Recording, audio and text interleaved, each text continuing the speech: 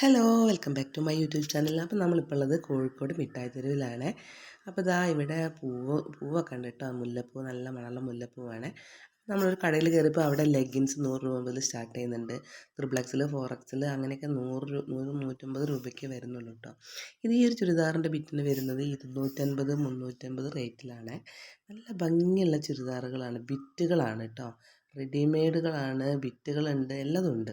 അപ്പോൾ നമുക്ക് നല്ല ഭംഗിയിൽ ഏത് കളറിൽ വേണമെങ്കിലും നമുക്ക് ഇവിടെ നിന്ന് എടുക്കാൻ പറ്റും. ഈ ഒരു തുണികളെന്ന് പറയുന്നത് 500 രൂപയ്ക്ക് 4 പീസ് വരുന്നതാണ്.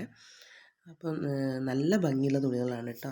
അപ്പോൾ ഞങ്ങളൊരു മീറ്റിംഗ് കഴിഞ്ഞ് വരുന്ന വഴിയാണ് കേട്ടോ നമ്മൾ അവിടെ കയറുന്നത്.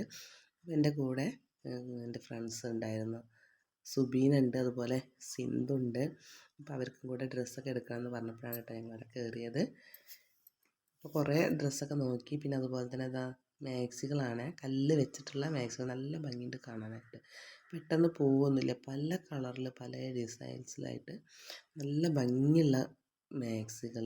200 രൂപ കേട്ടോ വരുന്നത്. പിന്നെ നമ്മളൊരു വേറൊരു കടയിൽ കയറി.